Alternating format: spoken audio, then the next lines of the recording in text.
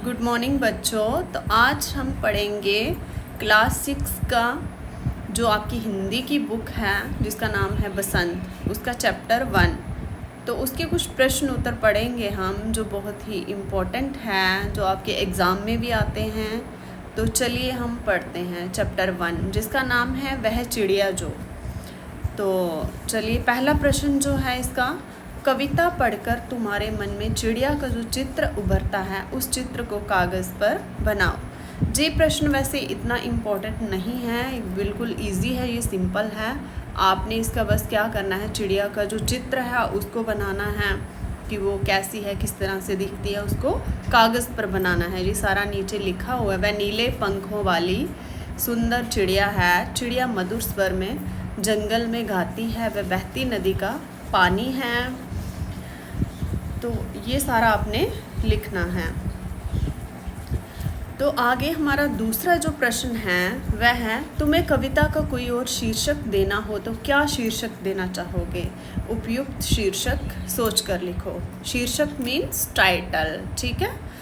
तो इसका उत्तर है नन्ही चिड़िया सुंदर चिड़िया जा परिश्रमी चिड़िया। तो ये रहा इसका टाइटल, शीर्षक। आगे हमारा तीसरा प्रश्न जो है यह है, इस कविता के आधार पर बताओ कि चिड़िया को किन किन चीज़ों से प्यार है। तो इसका उत्तर क्या है, इस कविता के आधार पर ज्ञात होता है कि चिड़िया को दूध भरे अनाज के दानों से प्यार है, ठीक है। नदी तथा जंगल से प्यार है। चिड़िया जूड़ी के दाने एवं अन्य अनाज के दानों को खाना पसंद करती है। आप जैसे जूड़ी किसे बोलते हैं, बाजरा जो होता है उसको खाना पसंद करती है। इस चिड़िया को गीत गाना भी बहुत पसंद है। जंगल से इसे बहुत प्यार है। जी नदी से भी बहुत प्यार करती हैं। तो ये हमारा इसका उत्तर हो गया। आगे है हमारा प्रश्न चौथा। तो आशय स्पष्ट करो। आशय स्पष्ट करो इसने दिया है क रस उड़ेल कर गा लेती है। ये भी प्रश्न ही हमारा चल रहा है। चढ़ी नदी का दिल टटोल कर जल का मोती ले जाती है। आगे इसका उत्तर पढ़िए। चिड़िया जंगल में जब अकेली होती है तब वह बिना किसी डर और संकोच में उन्मुक्त भाव से गाती है। वह मधुर स्वर में गाती है, उसके स्वर की मधुरता वातावरण में रस घोल देती है। जब भी हमें चिड़िया की आवाज़ सुनाई देती है तो हम बहुत ही उसकी आवाज़ सुनकर ऐसे खुश होते हैं कि बहुत मज़ा आता है हमें। तो आपको भी आता होगा। आगे इसका ख क्या दिया है, छोटी चिड़िया चढ़ी हुई नदी से बिल्कुल भी नहीं घबराती है। वह उफनती नदी के बीच से अपनी चोंच में पानी की बूंद लेकर उड़ जाती है। आपने भी बहुत बार देखा होगा कि चिड़िया जो है नदी में डुबकी लगा के भी बाहर आ जाती है। बहुत ही अच्छा लगता है तब देख कर। यानी लबालब भरी नदी की जल राशि का अनुमान लगाकर उस जल राशि में से जल का मोती निकाल लाती है, अर्थात उसी पानी से चिड़िया अपनी प्यास बुझाती है। इसलिए पानी मोती की तरह अमूल्य है। पानी जो है बहुत ही अमूल्य है। अनुमान और कल्पना जी जो तो आगे है अनुमान और कल्पना।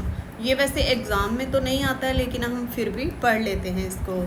प्रश्न है, कवि ने नीली चिड़िया का नाम नहीं बताया, वह कौन सी चिड़िया रही होगी? इस प्रश्न का उत्तर जानने के लिए पक्षी विज्ञानी सालिम अली की पुस्तक भारतीय पक्षी देखो। इनमें ऐसे पक्षी भी शामिल हैं जो जाड़े में एशिया के उत्तरी भाग और अन्य ठंडे देशों से भारत आते हैं। उनके पुस्तक को देखकर तुम अनुमान लगा सकते हो कि इस कविता में वर्णित नीली चिड़िया शायद इनमें से कोई एक रही होगी।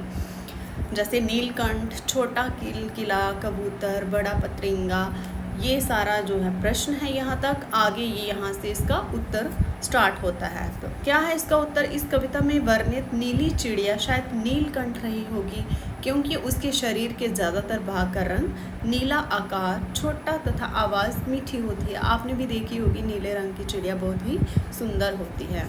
तो अगला प्रश्न है हमारा, नीचे कुछ पंछियों के नाम दिए गए हैं, उनमें यदि कोई पक्षी एक से अधिक रंग का है तो लिखो कि उसके किस हिस्से का रंग कैसा है। जैसे तोते की चोंच लाल है, शरीर हरा है। कौन सा है यहाँ दिया हुआ है प्रश्न में, मैना, कौआ, बतख होती है जो कबूतर। आगे इसका उत्तर है मैना, मैना के पंख भूरे व सफ़ेद रंग के होते हैं, उनकी टांगे हल्की लाल होती है। ये तो आप सबको भी पता होगा। कौवा का पूरा शरीर काला होता है, बतख सफ़ेद रंग की होती है, इसके पैर हल्के गुलाबी रंग के होते हैं। कबूतर का रंग स्लेटी सफ़ेद होता है, गर्दन कुछ कुछ नीले रंग की होती है, इसकी टांगे लाल होती है। आपने बस ये याद रखना, बिल्कुल सिंपल सा है। अगला प्रश्न है हमारा, कविता का हर बंद, बंद मीन्स पैराग्राफ, पैराग्राफ वह चिड़िया जो से शुरू होता है और मुझे बहुत प्यार है पर ख़त्म होता है। तुम भी इन पंक्तियों का प्रयोग करते हुए अपनी कल्पना से कविता में कुछ नए बंद जोड़ो, मीन्स पैराग्राफ जोड़िए। आगे जो दिया हुआ है पैराग्राफ इसका, वह चिड़िया जो चीं चीं करके सबका मन बहलाती है, नील गगन की सीमा पाने पंख पसारे उड़ जाती है। ये इसका पैराग्राफ हो गया। आगे यहाँ से, अपना घर बनाने के लिए घास के तिनके लाती है, वह परिश्रमी चिड़िया सबको परिश्रम का पाठ सिखाती है। अगला प्रश्न है हमारा, तुम भी ऐसी कल्पना कर सकते हो कि वह फूल का पौधा जो पीली पंखुड़ियों वाला महक रहा है, मैं हूँ, उसकी विशेषताएं मुझ में हैं। फूल के बदले वह कोई दूसरी चीज़ भी हो सकती है जिसकी विशेषताओं को गिनाते हुए तुम उसी चीज़ से अपनी समानता बता सकते हो। ऐसी कल्पना के आधार पर कुछ पंक्तियाँ लिखो। तो इसका उत्तर है, ये देखिए इसकी पंक्तियाँ कुछ लिखी हुई हैं, आप इसको पढ़ सकते हो। वह फूल का पौधा जो हवा में झूलता, आंगन में खड़ा मुस्कुरा रहा, ये अलग अलग है दोनों, ठीक है। तो आगे है भाषा की बात, मतलब व्याकरण में से भी तो कोई क्वेश्चन आता ही आता है। तो आगे इसका प्रश्न जो है, पंखों वाली चिड़िया, नीले पंखों वाली चिड़िया, ऊपर वाली दराज, सबसे ऊपर वाली दराज यहाँ रेखांकित शब्द विशेषण का काम कर रहे हैं। ये शब्द चिड़िया और दराज संज्ञाओं की विशेषता बता रहे हैं, अतः रेखांकित शब्द विशेषण है और चिड़िया दराज विशेष्य है। यहाँ वाली जोड़कर बनने वाले कुछ और विशेषण दिए गए हैं। ऊपर दिए गए उदाहरणों की तरह इनके आगे एक एक विशेषण और जोड़ो। जैसे मोरों वाला बाग, क्या है, यहाँ अपने ढूंढ के यहाँ पे लिखना है। पेड़ों वाला घर, ठीक है। फूलों वाली क्यारी, स्कूल वाला रास्ता, हंसने वाला बच्चा, मूंछों वाला आदमी। तो इसका उत्तर देखिए, सुनहरे मोहरों वाला बाग, यहाँ आ गया सुनहरे मोहरों वाला बाग, मोरों वाली बाग, जमोरों वाली बाग, हरे भरे पेड़ों वाला बाग, हरे भरे पेड़ों वाला बाग, पीले फूलों वाली क्यारी, पीले फूलों वाली क्यारी, महात्मा गांधी स्कूल वाला रास्ता, महात्मा गांधी स्कूल वाला रास्ता, अधिक हंसने वाला बच्चा, घनी मूंछों वाला आदमी। कितना सिंपल सा है, कोई मुश्किल नहीं है आपको इसको लर्न करने में, ठीक है। तो अगला प्रश्न है हमारा, वह चिड़िया, आगे डैश दी हुई है, जूड़ी के दाने रुचि से डैश खा लेती है। इसके बीच आपने फिलिंग करनी है कि क्या आएगा बीच में। आगे है नेक्स्ट, वह चिड़िया डैश रेस उड़ेल कर गा लेती है। कविता की इन पंक्तियों में मोटे छापे वाले शब्दों को ध्यान से पढ़ें। पहले वाक्य में रुचि से खाने के ढंग की और दूसरे वाक्य में रस उड़ेलकर गाने के ढंग की विशेषता बता रहे हैं, अतः ये दोनों क्रिया विशेषण हैं। नीचे दिए वाक्यों में कार्य के ढंग या रीति से संबंधित क्रिया विशेषण शब्द शांतो। आगे है, सोनाली जल्दी जल्दी मुंह में लड्डू ठूसने लगी। आगे, गेंद लुढ़कती हुई झाड़ियों में चली गई। भूकंप के बाद जनजीवन धीरे धीरे सामान्य होने लगा। कोई सफ़ेद सी चीज़ दब से आंगन में गिरी, दब मतलब ठप से, टामी फुर्ती से चोर पर चपटा, तेजिंदर सहम कर कोने में बैठ गया। आज अचानक ठंड बढ़ गई है। ये अभी तक आपका प्रश्न ही चल रहा था। तो आगे इसका उत्तर है, जल्दी जल्दी, लुढ़कती हुई, धीरे धीरे, दब से, फुर्ती से, सहम कर, अचानक, ये इसका उत्तर है। तो आगे है अन्य पाठ्येतर हल प्रश्न। ये कुछ बहुविकल्पीय प्रश्न उत्तर, बहुत ही शॉर्ट आंसर, मतलब ठीक है, ऑब्जेक्टिव टाइप जिसे आप बोलते हो। तो ये है चिड़िया आनंद पूर्वक क्या खाती है, ठीक है। तो चिड़िया आनंद पूर्वक क्या खाती है, जिसको उसमें सबसे ज़्यादा आनंद आता है। ये दिए गए हैं 4 पार्ट, इनमें से आपको एक को सिलेक्ट करना है। तो आप मुझे बताइए कि कौन सा आएगा इसमें। इसमें आएगा दूध भरे ज्वार के दाने। चिड़िया जो है बहुत ही आनंद से खाती है। आगे नेक्स्ट है, चिड़िया के पंख के रंग कैसे हैं, ठीक है। तो आप बताइए मुझे, चिड़िया के पंख कैसे हैं, किस कलर के हैं, तो है नीले कलर के, ठीक है।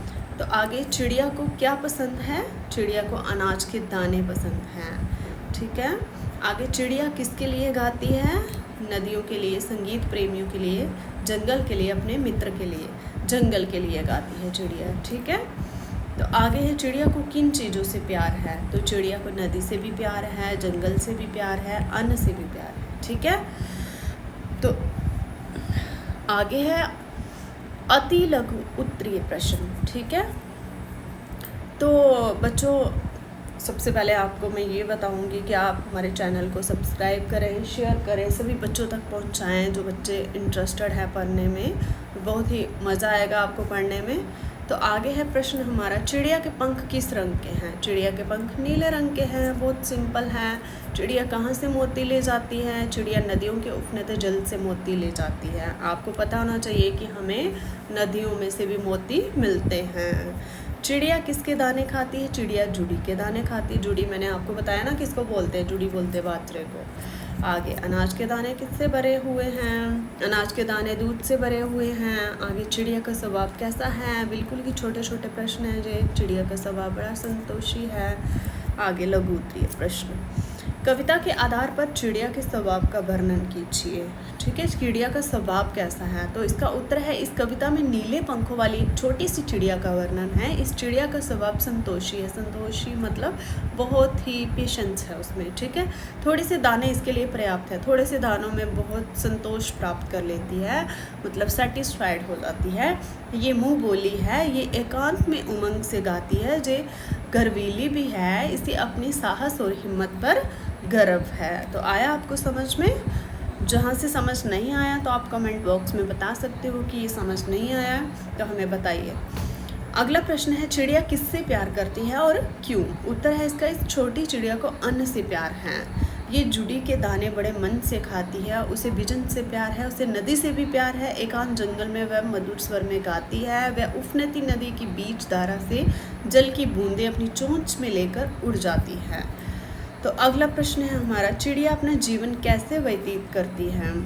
उत्तर है इसका, चिड़िया अपना जीवन प्रेम, उमंग, संतोष के साथ व्यतीत करती है। वह सबसे प्रेम करती है। एकांत में भी उमंग से रहती है। एकांत में भी बहुत ही मज़े में रहती है वो। वह संतोषी है। वह थोड़े में ही संतोष प्राप्त कर लेती है, मतलब थोड़ा भी मिले उसको तब भी वह खुश रहती है। आज़ाद होने की वजह से वह मीठे स्वर में गाती है। उसका स्वर बहुत मीठा है। वह गाते और उड़ते हुए अपना पूरा जीवन व्यतीत करती है।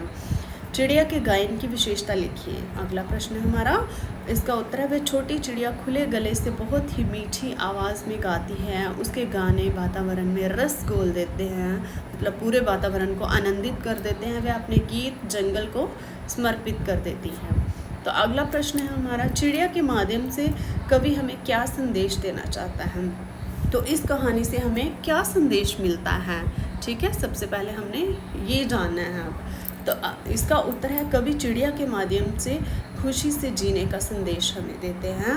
कवि कहता है कि हमें हमेशा खुशी से जीना चाहिए, चाहे हमारे पास थोड़ा हो कम हो, लेकिन हमें उसी में संतोष करना चाहिए, खुश रहना चाहिए। चिड़िया के माध्यम से हमें सीख मिलती है कि हमें थोड़े में ही संतोष करना चाहिए। इस कविता में अकेले रहकर भी उमंग से जीने का संदेश दिया गया है कि अगर हम अकेले भी हैं तब भी हम उसको एंजॉय करें, खुश रहें। इसके साथ ही कवि हमें बताते हैं कि विपरीत परिस्थितियों में भी हमें साहस नहीं खोना चाहिए। चाहे कोई भी परेशानी आ जाए, लेकिन हमें हिम्मत नहीं हारनी चाहिए। हमें अपनी क्षमता को भी पहचानना चाहिए और हमें ये देखना चाहिए हमारे अंदर कौन सी कला है, हमें उस कला को भी बाहर निकालना चाहिए। तो ये थी हमारी कहानी।